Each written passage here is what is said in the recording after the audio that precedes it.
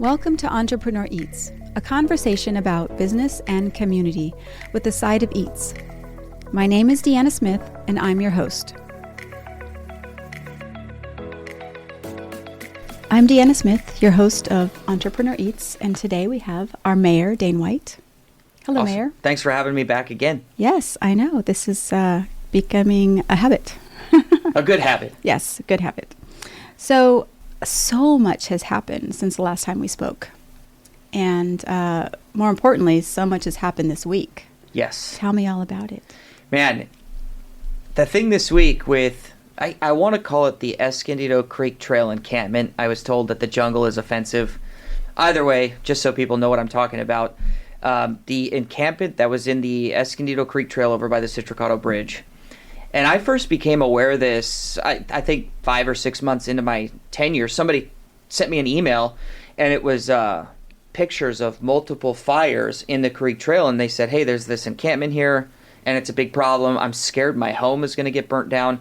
So I went down there to look at it and was shocked at what I saw. And then since then had been back 3 or 4 times, once with Congressman Peter's staff, I think Congressman Isa's staff, Jim Desmond's staff, looking for resources and ways to get this taken care of. You know, you got to find a place potentially for 100 people to go. The estimates I saw to professionally mitigate and fence it off were, $2 to $3 million for each thing. And for a city like Escondido, we just don't have the resources to do anything about it, or we didn't anyways. And as time went on, I just felt like this was getting worse and worse and worse, and something had to be done. And I would love to take credit for what happened this week, but ultimately, our city manager is the one that organized that entire thing. And when I was on the news, I said it this way. In some ways, Monday was a huge success, and in other ways, it was a complete failure. But on the success side, I think being able to pull together a dozen service providers in a week's notice, anybody who wanted shelter was able to receive it. Anybody who wanted, addiction treatment, mental health services, whatever the case may be, they were offered. And to put that together in a week and have it executed almost seamlessly with, I think during the primary portion of that, there were no arrests, no citations.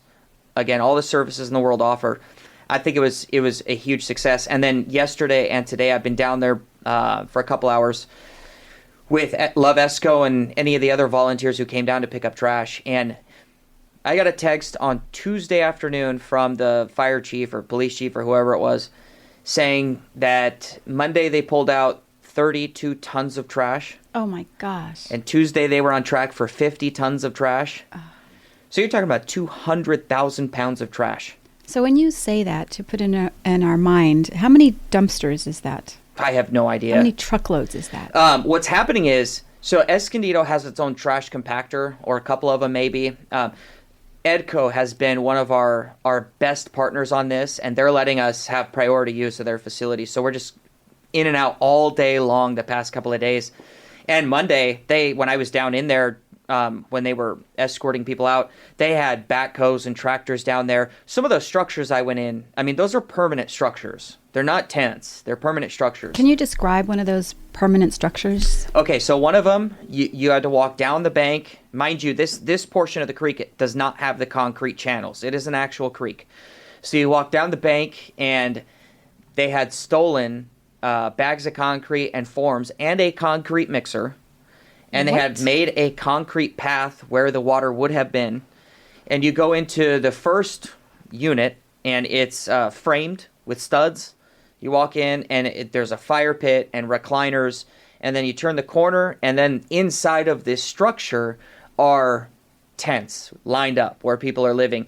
Some of them were set up to be more of a living room. Others like a kitchen with a full stove, pots, pans, propane tanks. You name it. It is down there. And that was just one structure. There were dozens. Again, going back to the successes, when you look at the water quality testing that they did, it was absolutely not safe for humans to be down there. You're talking about 20 times the levels of, what's considered safe, whatever that means of this particular bacteria, but just absolutely horrendous living conditions. So are there hundreds of people living in this environment? between 50 and 100 at any given time. Okay, so it was just like a little city. If there happens to be children listening to this, I would caution parents to let them listen to this next portion. But when I was down there today picking up trash, endless needles, rolls and rolls and rolls of tinfoil that had been used to smoke whatever substance they were smoking, bottles and bottles of urine and other stuff. It was just, like I said, it was horrendous. A few years ago, from my understanding, there was a woman who was mentally unwell and needed treatment. I don't know the particulars of her situation, but she became pregnant and had the baby down there, and the baby passed away. So there's this portion of the city that's like, how cruel of you to go down there and make them leave. But I think if you were to go down there and see what I saw for yourself, you would know that it's terrible that we don't have a home for everybody, every one of those people to go in. But if you saw what I saw, you would know that is, you just can't allow that to continue. And then on the flip side, part of, one of the legitimate functions of government is to preserve the environment, protect the environment. And you're talking years of restoration from what happened down there. Over a decade of people living down there and everything else that was going on, it is totally destroyed. And with that being one of the only natural resources that we have here in the city, I take tremendous responsibility in making sure that gets cleaned up. Good. Thank you very much. That's such a big deal. So was there somebody in charge of all this organizing and construction? You mean on the part of the people down there? Yes. So it was a hierarchy, from my understanding. The way EPD described it to me is, there was a leader, maybe one on both sides of the actual creek. And oftentimes the women that stay down there, they get taken advantage of by the leader for protection. But I'm not sure if it was as organized as some might think, but to an extent it must have been. Mm-hmm. Were there any children involved? Man, that was the saddest part. There was clear evidence of kids being down there. Mm-hmm. Strollers, stuffed animals, all that kind of stuff. Wow. Well, I hope those children got some really serious help. As do I. I haven't seen the after action report yet, but I will be interested to know if there were children down there when they were escorted out. Mm-hmm. Wow. Do we have a list of people that were down there, or how do you track these people? Because if they didn't go get services, they must have gone somewhere. Where would they have gone? Is there a way to track them when they show up? Since I've been in this position, the county has been talking about a by name list forever. Getting a by name list of all the people who are unhoused in the entire county. Right now, for North County, the San Diego Rescue Mission is trying to spearhead an effort to create a by name list.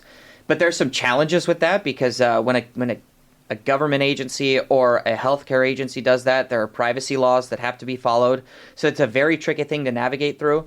Our cops unit does know virtually every person on the streets in Escondido by name. But if you don't accept services and you walk away, there really isn't an effective way to track people and where they went or, their status in a week or a month or a year. Mm-hmm. Do you have a plan for Escondido as far as tracking and making these lists and helping people get through all of these horrible times? Yeah, so the CEO of the San Diego Rescue Mission was in my office last week talking about this, and I told him I would love to be a part of a by-name list. We don't know what that looks like yet. We're just in the initial stages of that process, but I will play a role in that. And for Escondido, I'm having this battle in my head because I've said since campaigning we need a shelter, and I still do believe we need a shelter. One that we pay for and we get to have the control over. But then I look at, 100 people were offered shelter.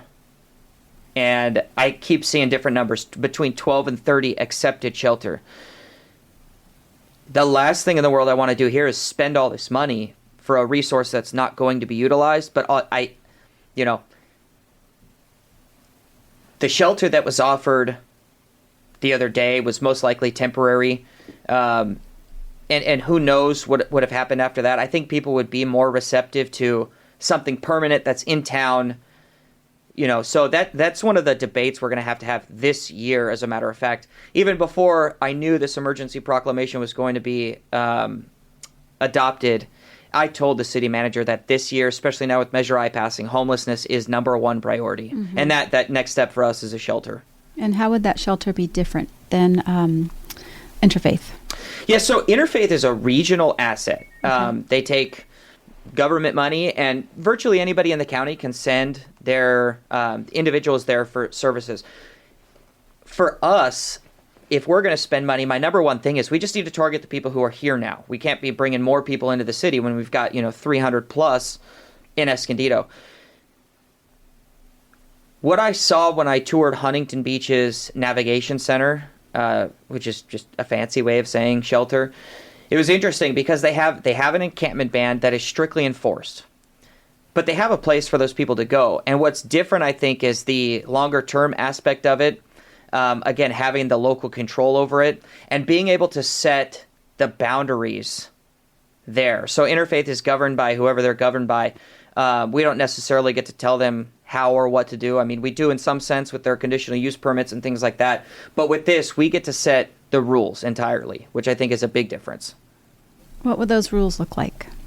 I think and let me say, I don't know what the rules are for Interfaith specifically, so this isn't to say they are or are not doing these things.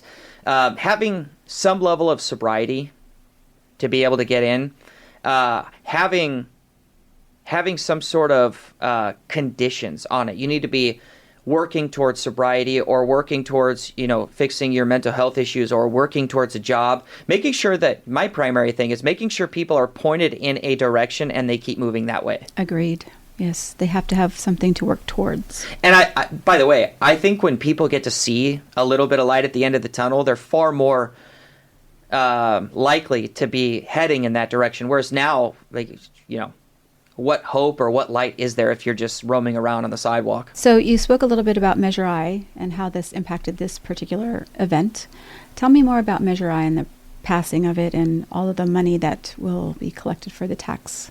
Where do you want me to start? Wherever you choose. In talking to the members of the community, I think people think that Measure I passed in November, the election is certified in December, and in January we have $30 million to do whatever we want with. And so for me, it's kind of hard to be making long-term plans because, I could be out of a job in 2 years. And we don't really start to see any of that money until June or July of this year. We still have $8 to $12 million budget deficit. So things are still going to be tight for us for a year or two.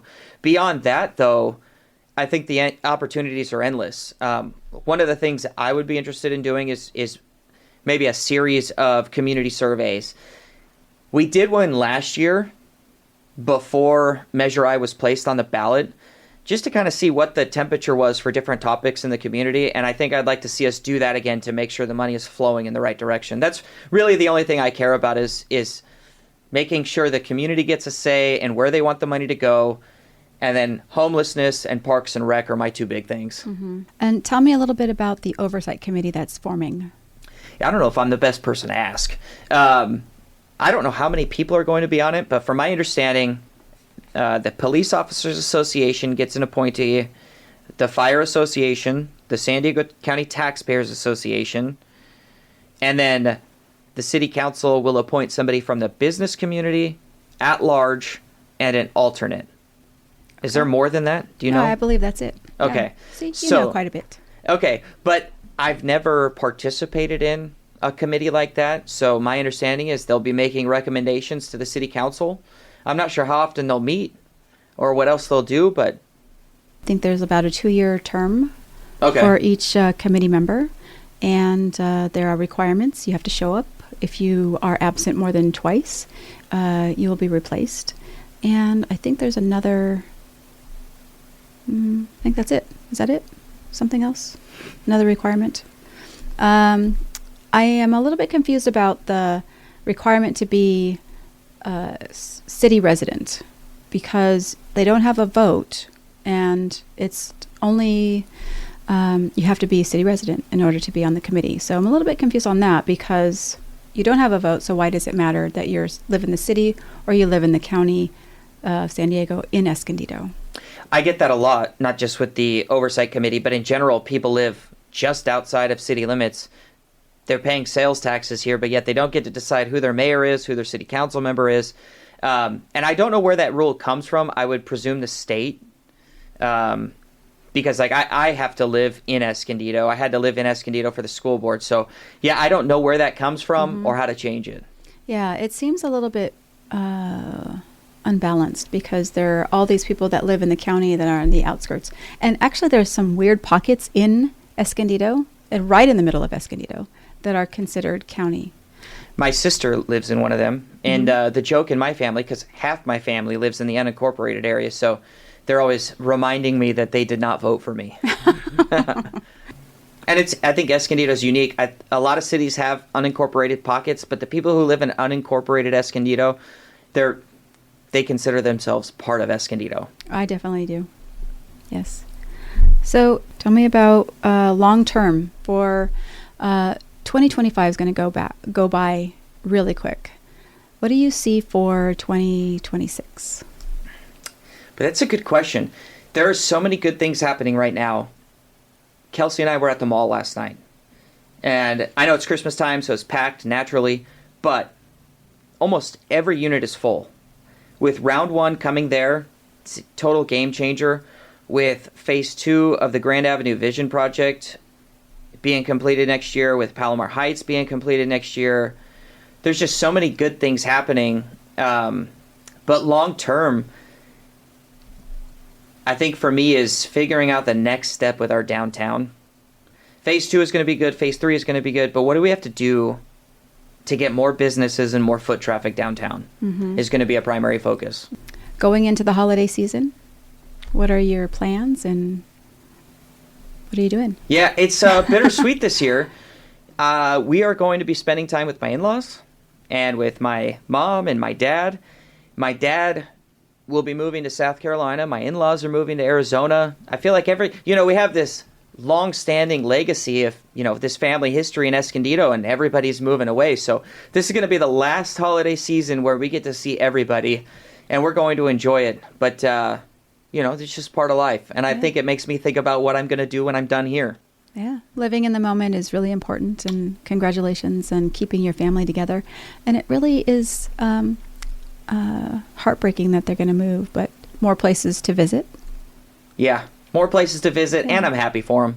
And, Escondido is a great town. It's hard to leave, so I'm sure they'll be back too. Hey, look, I tried leaving a couple times, and I came back every time. Yes, and I've traveled quite a bit all over, and I'm always happy to come back to Escondido. If there's one thing I could add before we close. Of course. Okay, so in particular with Measure I passing, and in this coming year, I was just telling somebody earlier this morning, one of my biggest frustrations is when the city council has workshops or we debate something in a city council meeting for months and months and months, and a decision is made, and then the emails come wondering, why did you do this? So my New Year's resolution for everyone else that I want you to adopt is get more involved. There's going to be a lot of your tax money coming into Escondido. How do you want it to be spent? Where do you want it to go? What do you want us to focus on? And if you don't engage and get yourself involved, it's a shame. You need to be a part of the process. I would encourage everybody, pay attention to the Planning Commission or the Public Art Commission or the Traffic and Safety Commission or the City Council meetings. Tune in just once a month and keep a pulse on what's going on. And when you don't like something, say something. If you think we're doing the right thing, say something. But we don't know unless you're engaged. And I would highly encourage everyone else to get more engaged this coming year. That sounds like a great resolution. Yeah. Okay. Thank you for that. Absolutely. Thank you, Mayor. Thank you. We'll see you next time.